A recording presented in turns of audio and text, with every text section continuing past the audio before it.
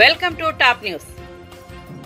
చంద్రబాబుది వేటగాడి మనస్తత్వమని YCP MLA Perni Nani వ్యాఖ్యానించారు. మత్స్యకారులను, బోయలను ఎస్టీల్లో చేరుస్తానని అప్పుడు చంద్రబాబు చెప్పారని, ఆ హామీ ఏమైందని ఆయన ప్రశ్నించారు. ప్రభుత్వ కార్యక్రమాల నిలుపుదలకు కుట్ర చేసింది చంద్రబాబు కాదా అని నిలదీశారు. నిమ్మగడ్డ రమేష్ కుమార్ ఎవరో తెలియదా అని వ్యాఖ్యానించారు. చంద్రబాబు చరిత్ర రాష్ట్రంలోని ప్రతి ఒక్కరికి తెలుసునని ఎద్దేవా చేశారు. పేదలు, వితంతువులకు ఇంటింటికి వెళ్లి పింఛన్లు అందించాలనే ఆలోచన ఎప్పుడైనా చేశారా అని పేర్ని నాని ప్రశ్నించారు. వ్యవస్థని నిలుపుదల చేయటానికి, వాలంటీర్లతో ప్రభుత్వ కార్యక్రమాలన్నీ నిలుపుదల చేయటానికి ప్రయత్నం చేసింది ఎవరు? చంద్రబాబు నాయుడు కదా. ఎవరి నిమ్మగడ్డ రమేష్ కుమార్ ఎవరు? ఈ దగ్గుబాటి పురంధేశ్వరి గారు ఎవరు? ఎవరు వీళ్ళంతా? తెలీదా? ప్రజలకు తెలీదా? నిమ్మగడ్డ రమేష్ కుమార్కి ఏంటి, మనకేంటి సంబంధం? ఎవరికి ఈ అక్రమ సంబంధాలు? భారతీయ జనతా పార్టీలో ఉన్న నాయకులకి ఎవరెవరికి ఏం సంబంధాలను ఎవరికి తెలీదా? ప్రజలు కళ్ళు మూసుకు వెనకటికి ఏదో సామెత ఉంటుంది, మీలాంటి పిల్లులు కళ్ళు మూసుకుని పాలు తాగుతా దొంగతనంగా ఎవడు చూడలేదనుకుంటే, మీరు కళ్ళు మూసుకున్నంత మాత్రాన ప్రపంచం కళ్ళు మూసుకోవాలా? ప్రపంచానికి మీ చరిత్ర, మీ జాతకాలన్నీ కూడా ప్రజలకు తెలుసు. ఎవరి నిమ్మగడ్డ రమేష్ కుమార్ అనేది ప్రజలకు తెలీదా?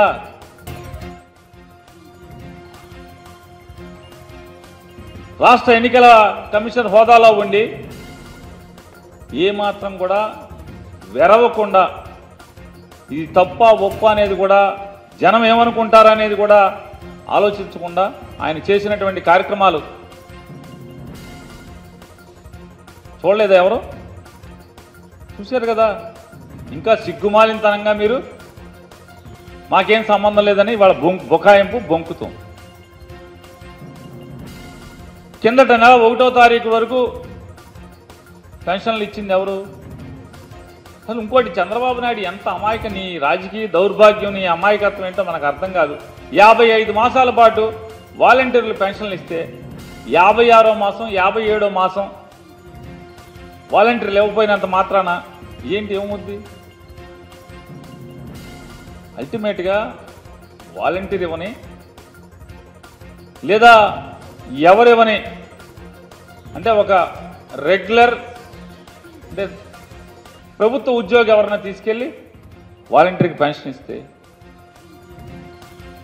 ప్రజలకు తెలియదా? ఎవరు పంపించారు ఈ డబ్బులు? జగన్మోహన్ రెడ్డి గారు ప్రభుత్వం పంపించిందని తెలియదా? ఇవాళ చంద్రబాబు నాయుడు గారు పవన్ కళ్యాణ్ పంపించారనుకుంటారేంటి ఈ 2 నెలలు వాలంటీర్ లేకపోతే? ఏ రోజు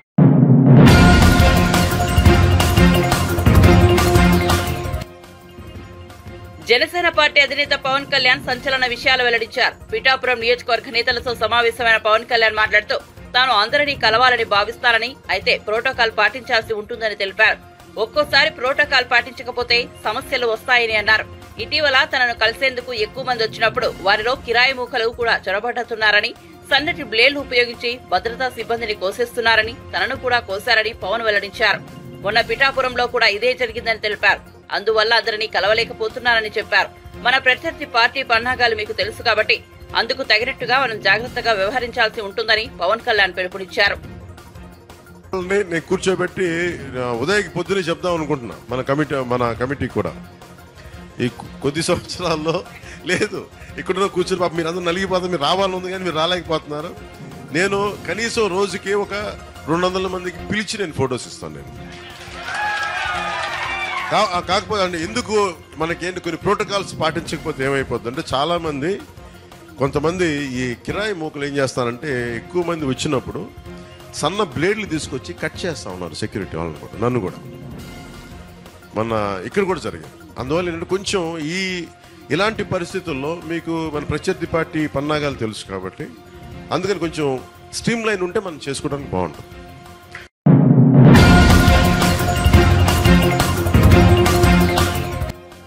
మాజీ సీఎం కేసీఆర్ పాలనలో తెలంగాణలో వాటర్ మేనేజ్మెంట్ లేదని డిప్యూటీ సీఎం బట్టి విక్రమార్క అన్నారు.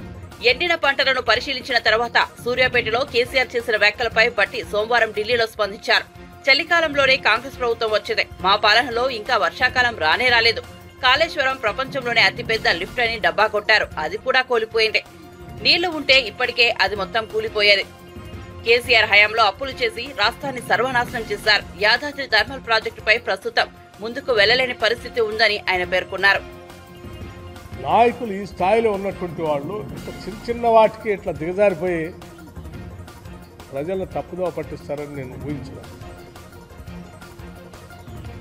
ఆయన చాలా మాటలు మాట్లాడారు. కట్టిన ఇల్లేనా పెట్టిన పొయ్యేనా దాన్ని కూడా నడపలేనా. కట్టిన ఇల్లు పెట్టిన పొయ్యి కాదు.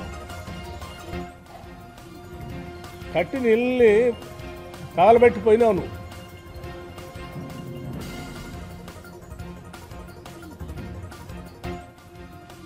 కరెంటు యాదాద్రిని మొదలు పెడితే అట వీళ్ళు ముందు నడిపించలేకపోయారు. అసలు ఆయన బాధంతా ఎన్నికల్లో ఓడిపోయిన తర్వాత అంతా తనమ్మటే ఉంటారు, తను చెప్పినట్టుగా వింటారు, తను గీస్తే గీత యాదాద్రిని మొదలు పెట్టాక ముందు నడిపించలేకపోయారు. అసలు అదే నేనుంటే ఎప్పటికల్లా చూసేవాడిని. యాదాద్రి ఎప్పుడు మొదలు పెట్టారు మీరు? నేను లెక్కలతో సహా ఎందుకు అసలు ఆలస్యమైంది, ఎవరి వల్ల ఆలస్యమైంది కూడా డేట్లతో సహా నేను మీ ద్వారా రాష్ట్ర ప్రజలకి, దేశానికి కూడా తెలియజెప్పాలి. మీరు యాదాద్రి పవర్ ప్రాజెక్ట్ని పెట్టిన స్థలమే 359, 360 కిలోమీటర్ల పైబడి థర్మల్ కోల్ దొరికే ప్రదేశం నుంచి దూరంగా పెట్టారు. అదే తప్పని చాలామంది చెప్పారు. కోల్ ట్రాన్స్పోర్టేషన్కి విపరీతం కాస్ట్. పోనీ పెట్టిన దాన్నైనా మీరు ఏమైనా కంప్లీట్ చేశారా అంటే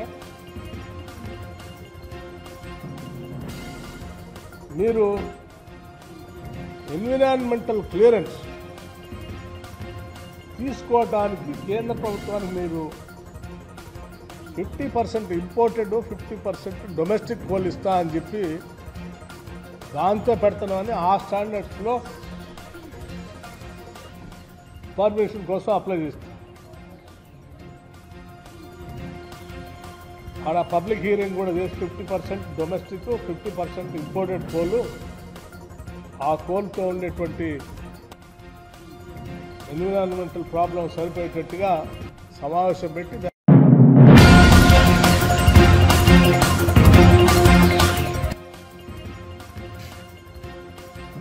ఎమ్మెల్సీ జంగా కృష్ణమూర్తి వైఎస్ఆర్సీపీ ప్రాథమిక సభ్యత్వానికి, పార్టీ బీసీ రాష్ట్ర అధ్యక్ష పదవికి రాజీనామా చేశారు. దాచేపల్లి మండలం గామాలపాడులో స్వగృహంలో కార్యకర్తలతో ఆయన సమావేశమయ్యారు. బీసీలకు వైఎస్ఆర్సీపీ కేవలం పదవులు మాత్రమే ఇచ్చిందని, అధికారాలు ఇవ్వలేదని జంగా ఆరోపించారు. జంగాతో పాటు ఆయన అనుచరులు వైఎస్ఆర్సీపీకి రాజీనామా చేస్తున్నట్లు ప్రకటించారు. జంగా త్వరలో తెలుగుదేశం పార్టీలో చేరనున్నట్టు సమాచారం. కాంగ్రెస్ పార్టీలో క్రియాశీలక సభ్యుడిగా పార్టీ పెట్టడం నుంచి కూడా ఈ ప్రాంతం నుండి అనేక మంది కాంగ్రెస్ పార్టీలో ఉన్నటువంటి నాయకులు, కార్యకర్తలు అందరూ కూడా జగన్మోహన్ రెడ్డి గారికి మద్దతు తెలుపడం జరిగింది. గత 4 సంవత్సరాల్లో చూసుకున్నట్లయితే అనేకమైనటువంటి పరిణామాలు ఈ యొక్క నియోజకవర్గానికి సంబంధించి ఎవరైతే మొట్టమొదటి నుండి పార్టీకి పనిచేశారో, ఎవరైతే పల్నాడులో జెండా పట్టుకున్నారో, ఎవరైతే అధికారం లేనప్పుడు అన్ని విధాలుగా కష్టపడ్డారో వారందరూ కూడా పక్కన పెట్టి తన అనుయాలైనటువంటి కొంతమందిని తీసుకుని ఏమాత్రం కూడా పార్టీ సమావేశాలు లేకుండా, ఏమాత్రం కూడా పార్టీ ఉండదా లేదనే విషయం తెలియకుండానే ఉద్యెత్తుకోకుండా పోతున్నటువంటి శాసనసభ్యులు ఈ నియోజకవర్గంలో అనేకమైనటువంటి ఎమ్మెల్సీగా ఉన్న నన్ను, అది ప్రభుత్వ వైపుగా ఉన్న నన్ను అనేకమైన అవమానాలు గురిచేస్తారు. ఎందుకంటే రాజకీయాల్లో గౌరవం 35 సంవత్సరాల నుండి నేను రాజకీయాల్లో ఉన్నాను. నిరాదరణ గురి కావటమే కాదు, అనేకమైన అవమానాలకు గురి అయ్యాను. అనేకమైన ఇబ్బందులు గురి చేసిన పరిస్థితి చూశాము. అందరికీ అదేవిధంగా కూడా అనేక విధంగా కూడా మానసిక క్షోభం గురైన పరిస్థితులు ఈ నియోజకవర్గంలో కార్యకర్తలు అందరిలో ఉన్నాయి. ఈ రోజున ఎందుకు మేము పార్టీ సంబంధించి బయటకు వెళ్తున్నామంటే చాలా బాధపడ్డ పరిస్థితి. ఎందుకంటే పార్టీకి బయటకు వెళ్తాం అంటే ఏది పదవి కోసం ఆశించో కాదు, ప్రజల కోసం. మా వైపున ఎవరైతే ఉన్నారో, మమ్మల్ని నమ్ముకొని ఎవరైతే ఉన్నారో, మా యొక్క రాజకీయ జీవితంలో ఎవరైతే ఆశీర్వదించి మా ప్రజలకు ఉన్నారో ఆ ప్రజలకు కూడా రక్షించుకోవాల్సిన అవసరం ఉంది, ఆ కార్యకర్తలకు కూడా రక్షించుకోవాల్సిన అవసరం ఉంది ఉద్దేశంతో ఈరోజు బయటకు. అందుకని బాధగా ఉన్నప్పుడు కూడా ఆలోచించండి. అందుకని పల్నాడు ప్రజలకు ఒకటే మనవి చేస్తున్నారు, మీరు అన్ని విధాలు చూశారు, అందరూ ఎమ్మెల్యేలు చూశారు, కాబట్టి ఆలోచించండి అని కూడా పల్నాడు ప్రజానీకానికి మనవి చేస్తున్నారు.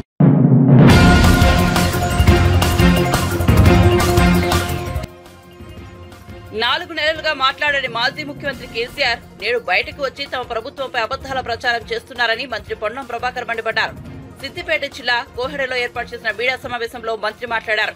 కరువు కాంగ్రెస్ తోనే వచ్చిందని, 200 మంది రైతులు చనిపోయారని మాజీ ముఖ్యమంత్రి కేసీఆర్ మాట్లాడడం సరికాదన్నారు. కరువుకు రాజకీయ పార్టీకి ప్రభుత్వానికి సంబంధం ఏంటని ప్రశ్నించారు. బయటకు వచ్చేసి అబద్దాలను ప్రచారం చేసే ప్రయత్నం చేస్తా ఉన్నాడు. 200 మంది రైతులు చనిపోయారని చెప్తా ఉన్నాడు. కరువు కాంగ్రెస్ తోటి వచ్చిందంటున్నాడు.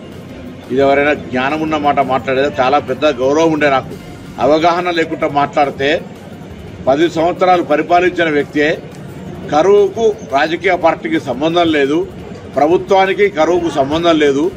నీకు వీలైతే ప్రభుత్వంగా మేము కూడా ఈరోజు కేంద్ర ప్రభుత్వాన్ని డిమాండ్ చేస్తా ఉన్నాం. తెలంగాణ రాష్ట్రంలో కరువు ఉంది, తెలంగాణ రాష్ట్రంలో పంటలకు ఇబ్బంది కలుగుతూ ఉంది, తెలంగాణ రాష్ట్రంలో తాగునీటి సమస్య ఉంది. దానికి సంబంధించి కేంద్రం నుంచి వెంటనే ఆదుకోవడానికి ప్రయత్నాలు చేయండి. రాష్ట్ర ప్రభుత్వం నుంచి మేము ఆదుకోవడానికి సిద్ధంగా ఉన్నాం.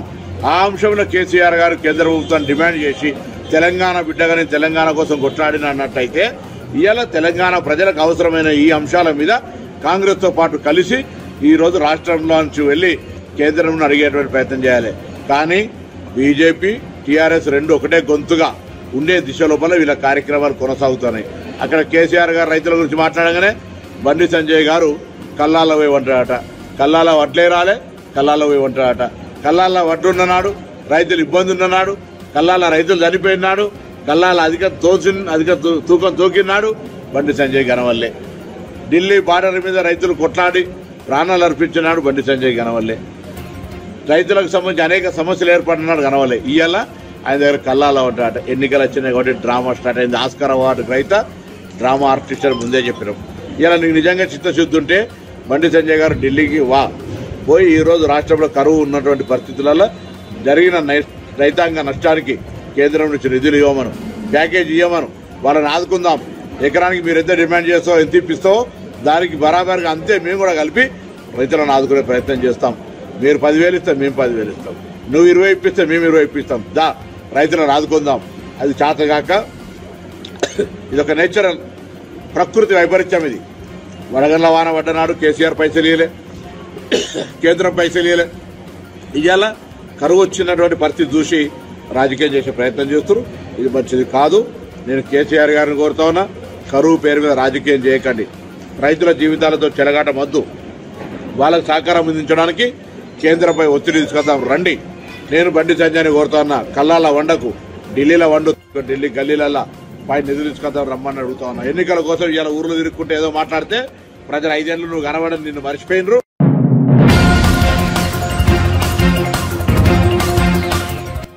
కాళేశ్వరం ప్రాజెక్టును కట్టింది ఎల్ఎన్టీ నిర్మాణ సంస్థ అని, నిర్మాణ లోపాలుంటే వెళ్లి ఆ సంస్థను అడగాలని మాజీ మంత్రి శ్రీనివాస్ గౌడ్ అన్నారు. ఆయన మీడియాతో మాట్లాడుతూ ఎల్ఎన్టీ సంస్థ దేశంలోని అనేక ప్రాజెక్టులు నిర్మించిందని అన్నారు. లోపాలుంటే ఆ సంస్థను ప్రశ్నించాలని అధికార పక్షానికి సూచించారు. కాంట్రాక్టర్లు, అధికారుల వల్ల ప్రాజెక్టులో లోపం జరిగి ఉండవచ్చన్నారు. 4 నెలల్లో కాంగ్రెస్ ప్రభుత్వం పర్యటించిన ఏకైనా ప్రాజెక్టు కాళేశ్వరం అన్నారు. ప్రభుత్వం పెండింగ్ ప్రాజెక్టులపై దృష్టి పెట్టాలని సూచించారు. మిలిటరీలో, డిఫెన్స్లో పనిచేసే వ్యక్తిగా మరి మీరు మాట్లాడే భాష, మీరు మాట్లాడే తీరు, ఒక ఇరిగేషన్ శాఖ మంత్రిగా మీ బాధ్యతాయుతంగా వ్యవహరిస్తుందిగా మీరే ఆలోచన చేయండి. ప్రజలు మాకన్నా మీరు బాగా చేస్తామన్నది మీకు అధికారం ఇచ్చింది, బాగా చేయడానికి ప్రయత్నం చేయండి. అంతేగాని మీకు ఇన్ని సీట్లు వచ్చినాయి మీరు వెళ్ళిపోతారు, పార్లమెంట్ ఎలక్షన్ తర్వాత మీరు మొత్తం కనుమరుగవుతారు, బీఆర్ఎస్ అని అంటే మేము ఒకటి అడుగుతా ఉన్నాం. మీరు దేశం మొత్తం మీద ఎన్ని సీట్లు వస్తాయో మీరు చెప్పండి. 100కు దాటుతాయా, 50కి దాటుతాయి? చాలామంది సర్వేలు చెప్తున్నారు 40కి దాటామని. అంటే మీరు కాంగ్రెస్ పార్టీ మొత్తం ముడుచుకుపోయిపోయినా చెప్పండి. 2 సీట్లు గెలిచినటువంటి బీజేపీ పార్టీ అధికారంలోకి వచ్చింది, 10 సంవత్సరాలు అధికారంలో ఉంది. 2 సీట్లతో ఉన్నటువంటి పార్టీ అంటే 2 సీట్లు వచ్చినంత మాత్రంలో దేశంలో ఆ పార్టీ పోయిందా? నిజంగా ఆ పార్టీ పోతే ఈరోజు దేశంలో మళ్ళీ అధికారం రాకపోతున్నాయి కదా. మీ మాట కరెక్ట్ అయితే మరి మీకెన్ని సీట్లు వస్తాయి దేశవ్యాప్తంగా? మీది ప్రాంతీయ పార్టీ కాదు కదా, జాతీయ పార్టీ. మరి మీకు తక్కువ సీట్లు వస్తే దేశంలో కాంగ్రెస్ పార్టీ ఊడ్చుకుపోయినట్లేదా అంటారు? అట్లా ఎవరైనా అంటారు? అట్లా ఒక బాధ్యతాయుత గల వ్యక్తిగా, ఒక ఎడ్యుకేటెడ్గా మీరు కేసీఆర్ గారు మాటలలో తప్పుంటే మీరు చూడండి, కరెంటు విషయం మాట్లాడండి, కరెంటు ఎక్కడెక్కడ పోతుంది మీరు పరిశీలించండి, సమీక్షలు చేయండి. మీరు జనరల్గా సమ్మర్లో పవర్ గురించి రివ్యూస్ అవుతాయి, ఇరిగేషన్ మీద రివ్యూస్ అవుతాయి, వర్షాకాలం ముందు అవుతాయి, ఎండాకాలం అవుతాయి. ఎండాకాలం ఎక్కడెక్కడ ఏ పంటలు ఎండిపోతున్నాయి, ఎన్ని పంటలు కావాలా, ఎంత నాటేసిండ్రు, ఎన్ని ఎకరాలు నాటేసిండ్రు, వాటికి ప్రాజెక్టుల కింద ఎన్ని ఎకరాలు నాటేసిండ్రు, ప్రాజెక్టులు ఎన్ని నీళ్ళు ఉన్నాయి, ఆ నీటి అవసరాలు తీర్చడానికి, ఆ ఎండిపోకుండా ఉండడానికి తగిన జాగ్రత్తలు తీసుకోండి. రాష్ట్ర వ్యాప్తంగా సమీక్షలు పెట్టినట్లే ఇక్కడ లేదు, ప్రాజెక్టు వారిగా సమీక్షలు చేస్తారు. ఉత్తమ్ కుమార్ రెడ్డి గారు మేము మా దగ్గర గతంలో కొయిల్సార్ కింద సమీక్షలు చేస్తుంటుంది, జూరాల కింద సమీక్షలు చేస్తుంటుంది. మీరు ఎన్ని ప్రాజెక్టులు ఉంటాయో అన్ని ప్రాజెక్టులు మొత్తంగా హైదరాబాద్లో టోటల్గా రివ్యూ చేయండి. ప్రాజెక్టు వాళ్ళగా ఆ జిల్లా మొత్తం రివ్యూ చేయమని చెప్పండి.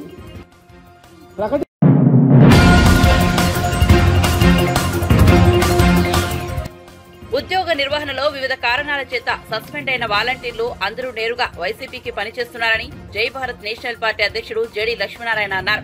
వాలంటీర్లపై రాష్ట్ర ప్రధాన ఎన్నికల అధికారి ముఖేష్ కుమార్ మీనాకు లిబరేషన్ కాంగ్రెస్ నేతతో కలిసి విజయ్ కుమార్ ఫిర్యాదు చేశారు. ఈ సందర్భంగా మీడియాతో మాట్లాడుతూ వాలంటీర్లను ఒక ప్రాంతం నుంచి మరో ప్రాంతానికి బదిలీ చేయాలని విజ్ఞప్తి చేశారు. సార్వత్రిక ఎన్నికలు సక్రమంగా నిర్వహించాలని ఈసీని కోరినట్లుగా ఆయన తెలిపారు. వెబ్ కెమెరాస్ అరేంజ్ చేయాలి, తర్వాత జిల్లా ముఖ్యాలయం డిస్ట్రిక్ట్ హెడ్ క్వార్టర్స్ నుంచి వీటన్నిటిని కూడా మానిటర్ చేయాలి. సాధారణంగా ఎలక్షన్ కమిషన్ 50% నుంచి 60% వరకు పోలింగ్ బూత్స్ని కవర్ చేస్తుంటుంది. కానీ ఇక్కడున్న విశిష్టమైన పరిస్థితుల వల్ల, విచిత్రమైన పరిస్థితుల వల్ల అన్ని బూత్స్ కూడా కవర్ చేయాలి అన్నది. ఎందుకంటే ముఖ్యంగా పంజాబ్లో జరిగిన ఎలక్షన్లో మా విజయ్ కుమార్ గారు కూడా అక్కడ వెళ్ళారు అబ్జర్వర్గా. ఆ సమయంలో అన్ని పోలింగ్ బూత్స్ని వెబ్ కెమెరాస్తో అరేంజ్ చేయడం వల్ల అక్కడ చాలా పీస్ఫుల్గా జరిగాయి ఎలక్షన్స్. అందువల్ల ఆల్రెడీ పొలిటికల్ పార్టీస్ ఈ విధమైన నినాదాలు ఇస్తున్న ఈ సందర్భంలో 100% పోలింగ్ బూత్స్ అన్నీ కూడా వెబ్ కెమెరాతో కవర్ చేయాలన్నది మొదటి రిక్వెస్ట్. రెండవది మేము ఇచ్చిన రెండవ విన్నపం ఏంటంటే, ఏ విధంగా వాలంటీర్స్ అయితే ఓటర్లను ఇన్ఫ్లుయెన్స్ చేస్తున్నారు, అదేవిధంగా district rural development agency DRDA, ఆ తర్వాత మెప్మా వీరిద్దరూ కూడా ముఖ్యంగా డ్వాక్రా మహిళలు మిగతా సంఘాలతో చాలా సంవత్సరాల నుంచి వాడు పనిచేస్తున్నారు. అందువల్ల వీళ్ళ ద్వారా ప్రస్తుతం ఉన్న ప్రభుత్వం మహిళా ఓటర్లని ఇన్ఫ్లుయెన్స్ చేసే ప్రయత్నాలు చేస్తున్నారు. కాబట్టి వారిని ఇప్పుడు ప్రస్తుతం ఉన్న ప్రదేశాల్లో ఉంచకుండా వారిని ఇంతకుముందు ఏ విధమైన డిస్ట్రిక్ట్స్ ఉండేవో అక్కడికి పంపాలని చెప్పేసి ఇంకొక రిక్వెస్ట్ ఒకటి చేయడం జరిగింది. ఆ తర్వాత మూడవది, ముఖ్యంగా మన రాష్ట్రంలో లిక్కర్ మద్యం ఏదైతే ఉందో అది మోస్ట్లీ క్యాష్ పేమెంట్స్ మీదే జరుగుతుంది. ఈవెన్ దో వాళ్ళు అంటున్నారు మేము డిజిటల్ పేమెంట్స్ తీసుకుంటున్నామని కూడా నేను ఎక్సైజ్ డిపార్ట్మెంట్తో చెక్ చేస్తే 99% ఇంకా కూడా క్యాష్ పేమెంట్సే జరుగుతుంది. అందువల్ల ఈ ఎలక్షన్స్ పూర్తయ్యే వరకు ఓన్లీ డిజిటల్ పేమెంట్స్ మాత్రమే యాక్సెప్ట్ చేయండి అని చెప్పేసి కూడా ఇంకొక రిక్వెస్ట్ చేయడం. ఎందుకంటే ఈ మనీ డిస్ట్రిబ్యూషన్ అనేది కూడా మన రాష్ట్రంలో ఉన్నంత ప్రమాణంలో ఇంకెక్కడా ఉండదు.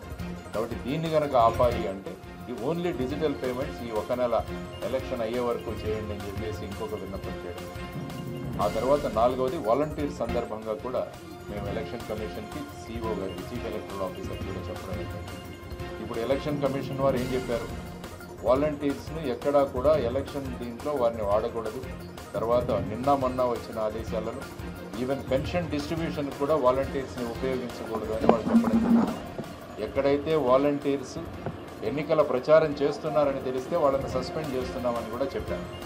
కానీ మేమంటున్నది ఏంటంటే సస్పెండ్ అయిన వాలంటీర్ ఇంకా హ్యాపీగా ఎలక్షన్ క్యాంపెయినింగ్ చేస్తారు. మీరు వాళ్ళని ఎన్నికల విధానంలో దూరంగా ఉండండి అంటే వాళ్ళు ఇంకా ఎక్కువగా పాల్గొంటారు. అందువల్ల ఇది కాదు.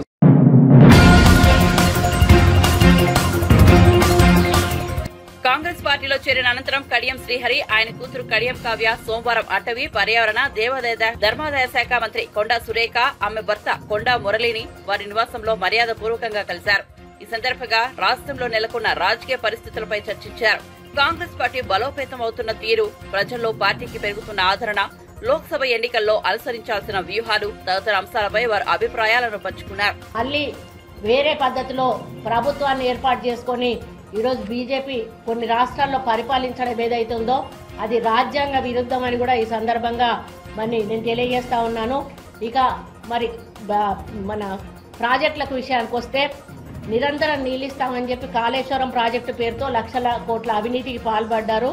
మరి మేడిగడ్డ బ్యారేజు వైఫల్యం కూడా ఈరోజు మనం చూసాము. మరి ఎంతో మమకారం ఉన్నట్లుగా 23 అక్టోబర్ 24న మేడిగడ్డ కుంగిపోయింది. అప్పుడు కేసీఆర్ ప్రభుత్వం ఉన్నది. అప్పుడు వాళ్ళు ఏమన్నారంటే ఏమన్నది ఒక చిన్న ఏదో పడింది, ఇట్లా అయింది, దాన్ని ఏదో ఇట్లా సిమెంట్ వేసి రుద్దేస్తే పూర్తయిపోతుంది, ఏం కాదు అనేటువంటి మాట మాట్లాడిండ్రు. కానీ మరి వాళ్ళే నేషనల్ డ్యామ్ సేఫ్టీ అథారిటీ వాళ్ళు పరిశీలించినప్పుడు నిర్వహణలో బాధ్యతా లోపం వల్లనే అది కుంగిపోయింది, అందులో నీళ్లు నిల్వ చేస్తే ప్రమాదం అని ఆ రోజు వాళ్ళు చెప్పడం జరిగింది. మరి వాళ్ళు చెప్పిన తర్వాత విజిలెన్స్ అండ్ ఎన్ఫోర్స్మెంట్ విభాగం కూడా మేడిగడ్డ కుంగిపోవడానికి నిర్లక్ష్యమే కారణమని చెప్పి వాళ్ళు కూడా చెప్పడం జరిగింది. అప్పుడు లోపాలను గమనించిన వెంటనే ముందే సరిదిద్దు ఉంటే బాగుండేది. కానీ వాళ్ళ పర్సంటేజీల వల్ల ఈరోజు మేడిగడ్డ ఉన్న అది కాళేశ్వరం బ్యారేజ్లు పూర్తిగా ఈరోజు ప్రజల సొమ్మంతా కూడా రాళ్ల పాలైపోయింది. దాన్ని ఏమి చేయలేనటువంటి పరిస్థితి ఉన్నది. అట్లా కనీసం నీళ్లను కూడా నిల్వ చేసేటువంటి పరిస్థితి లేదని చెప్పి ఈ సందర్భంగా తెలియజేస్తా ఉన్నాను. ముఖ్యంగా ఈ కాళేశ్వరం డిజైనర్ ఎవరంటే, ఈ 2 ప్రాజెక్టుల డిజైనర్ ఎవరంటే కేసీఆర్ గారు. ఎందుకు అనంటే ఏదైనా ఒక ప్రాజెక్ట్ కట్టాలంటే ఎక్స్పర్ట్స్ రావాలి, విదేశాల నుంచి ఎక్స్పర్ట్ టీం వచ్చి కట్టి వాళ్ళు అబ్జర్వేషన్లో ఉండి పూర్తయ్యే వరకు కూడా ఉండిపోవాలి. కానీ మేము ఆ రోజు కట్టినాం, నాగార్జున సాగర్ కానీ శ్రీశైలం డ్యామ్ కానీ ఆ రోజు నెహ్రూ గారు కట్టారు. ఈ రోజు వరకు ఒక గీత కూడా దాని మీద పడలేదు. అప్పుడు మ్యాన్ పవర్తో కట్టారు, మెషినరీ కూడా లేదు.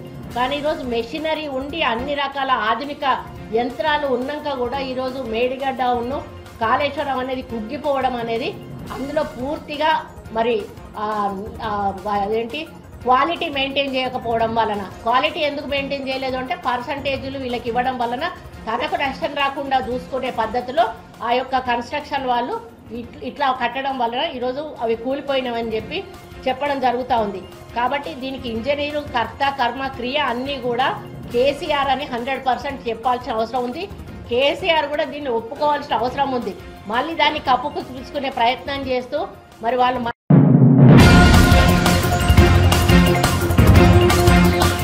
వాలంటీర్లపై కేసు వేసిన నిమ్మగడ్డ రమేష్ కుమార్ కి టీడీపీతో సంబంధాలున్నాయని మంత్రి బొత్స సత్యనారాయణ ఆరోపించారు. సిటిజన్ ఫర్ డెమోక్రసీ అని నిమ్మగడ్డ రమేష్ కుమార్ ఆధ్వర్యంలో పెట్టించాలని సోమవారం విశాఖలో విలేకరుల సమావేశంలో అన్నారు. వాలంటీర్లతో పెన్షన్ పెంచడానికి వీలు లేదని, దానివల్ల వైసీపీకి మేలు జరుగుతుందని చెబుతున్నారు. గత కొన్ని సంవత్సరాలుగా వాలంటీర్లు పంచుతున్నారుగా అని ప్రశ్నించారు. అప్పు తెచ్చుకొని బతుకుతున్నా, పప్పు తెచ్చుకుని 1వ తారీఖు ఇచ్చేస్తామని చెప్పిన పరువును కాపాడుకుంటున్నా ఆ వితంతుకు ఏం చెప్తారు చెప్పండి. సమానం ఏమి రాజకీయాలు అంటే ప్రతిదీ రాజకీయమేనా? మానవత్వం ఉండొద్దు మనిషికి? వాళ్ళు మనుషులా ఏంటి?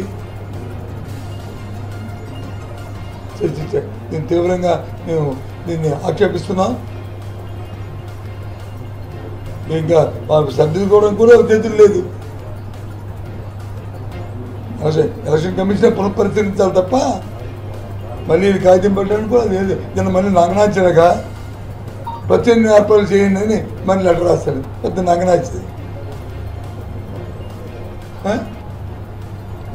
చేసేసి మళ్ళీ ఇది ఇవి నగనాచుకోలేదు. ఇదే అది చాలా తప్పు. దయచేసి చాలా మంది వాలంటీర్లు ప్రభుత్వానికి అనుకూలంగా పనిచేస్తున్నారు, అందులో భాగంగానే ఈ కంప్లైంట్ ఇవ్వడం జరిగిందనేది వాళ్ళ వాదన. ఒక్క విషయం తెలుసాను సార్, మీరందరూ విలేకరులు, పాత్రికేయులు, మీరందరూ మీరు సాక్షులు చేయొచ్చు, ఆంధ్రజ్యోతిలో చేయొచ్చు, ఈనాడులో చేయొచ్చు, టీవీ 9లో చేయొచ్చు, టీవీ 5లో చేయొచ్చు. ఉద్యోగం వరకే. ఆ తర్వాత రేపు ఓటు ఎవరికి వేస్తామని మీ టీవీ 5 కూడా ఉందో, మీ ఆంధ్రజ్యోతి తిను సాక్షి చూస్తుందా? చెప్పండి. ఈనాడు నీకు వచ్చి వ్యక్తిత్వం, ఇండివిజువాలిటీ లేదా? ప్రభుత్వం మంచి బాగా చేస్తే, ప్రభుత్వ పనితనం బాగుంటే, ప్రభుత్వ విధాన నిర్ణయాల్లో ప్రజలకు వచ్చి శభాష్ అనిపిస్తే, ఒక నీతివంతమైన పరిపాలన అందిస్తే, వాళ్ళ సమస్య పట్ల అంటే స్పందించి వాళ్ళ కార్యక్రమాలు చేస్తే ఎందుకు చేయరు? చెప్పండి. ఏ కారణం చెప్పండి నాకు అర్థం. ఈ రాష్ట్రంలో ఉన్న మీ ఇంక్లూడింగ్ సిఎస్ దగ్గర నుంచి ఎటువంటి వరకు, రైతు దగ్గర నుంచి రైతు కూలీ వరకు, మహిళ దగ్గర నుంచి విద్యార్థి వరకు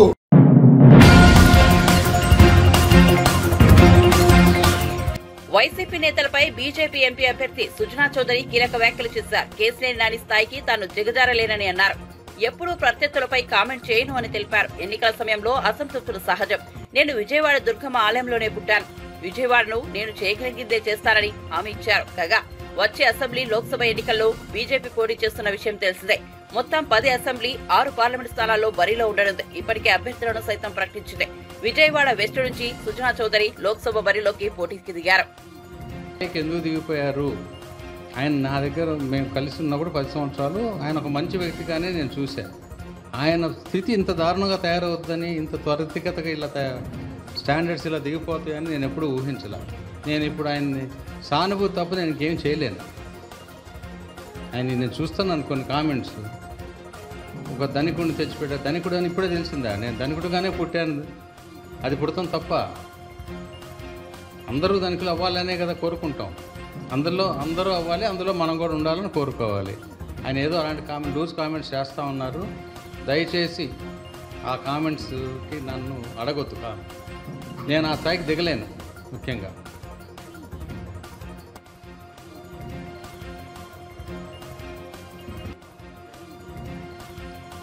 అది తెలుగు సినిమాలు వెండి తెరపై చూడాలని మీరు వెయిట్ చేసి చూడండి. డెఫినెట్గా అందరూ కూడా బ్రహ్మాండంగా చూస్తారు.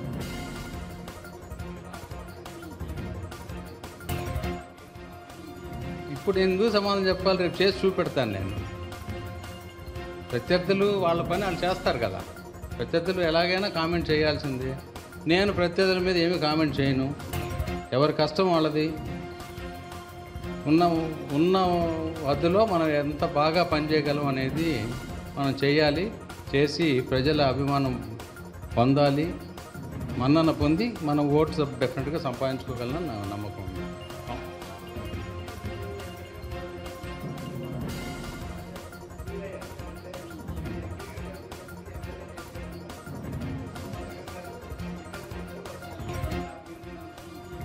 నాకు ఏ రకం నేను ఇది ఒక మంచి పెద్ద అదృష్టం కింద ఫీల్ అవుతున్నాను. నా ఫీలింగ్ అది. నాకు ప్రత్యక్ష రాజకీయాల్లో ఇంతకుముందు ఎప్పుడు నాకు అవకాశం రాలా. ఇప్పుడు అవకాశం వచ్చి అది విజయవాడలో రావటం. విజయవాడ బెజవాడ అంటే రాజకీయ రాజధాని. ఇక్కడ బ్రహ్మాండంగా ఉంటుంది. అసలు ఎమ్మెల్యే ఏమేం చేయగలడు అనేది ఎమ్మెల్యేకి కొత్త నిర్వచనాన్ని నేను డెఫినెట్గా ప్రూవ్ చేయగలనని నాకు నమ్మకం ఉంది. Okay, thank you.